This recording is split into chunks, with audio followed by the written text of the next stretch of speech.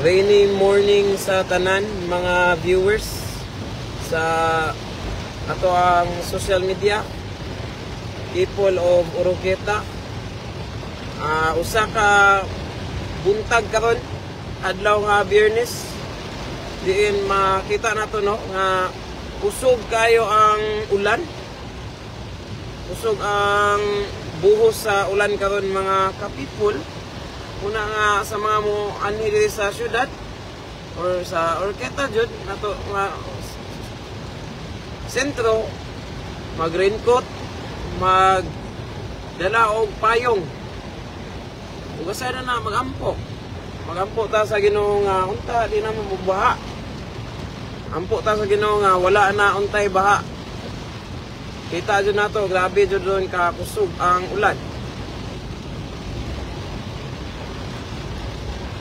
Keep safe sa tanan.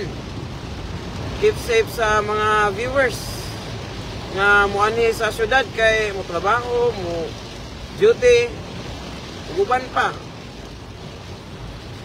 Sugjod ang ulan karon.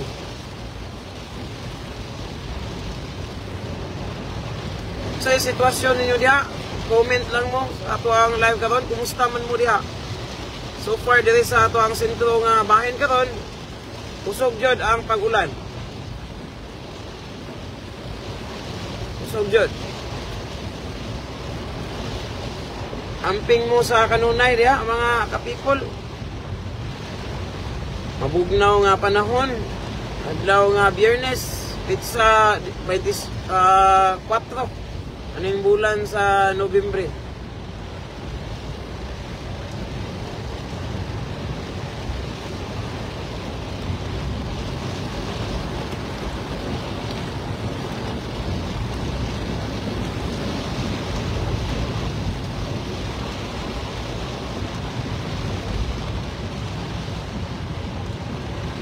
Speaking of klase, no, may kabalo og nabay klase karon o wala. Magpaabot sa ata sa update. Sa to lang nahisayran karon ang ulan jud karon piting kusuga jud. Ato ang ulan sa Oroqueta. Mulabay man sa Layawan River, o makita ra pud nato na og unsay update sa atong suba. Grabe kusog jud kayo ang ulan. Gahaguros jud, madungog man sa inyo diha no sa ato ang live. Tanaw na to ang tulay. So far ang tulay okay naman. Okay ra ang tulay, wala ra man ni baha dire. Hunas pod sa tulay. Ampo lang ta nga dili na unta magbaha. Mao ni ang update sa atong tulay no. Okay ra ang ato ang Layawan River. Pero ampo lang kita sa Ginoo, di lang kita magkumpiyansa sa ato ang nakita karon ang ato ang suba hunas.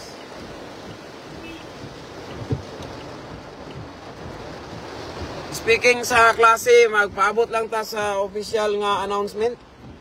Wala pa may nadawat nga announcement karon nga walay klase. Amping lang mo ampo o abante lamang sa kinabuhi. Lord, kami nagaampo kami ron Lord nga unta wala nay baha.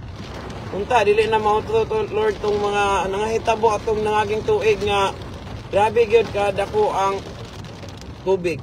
Salamat sa Ginoo sa kanunay. A rainy morning sa tanan people. Keep safe and God bless.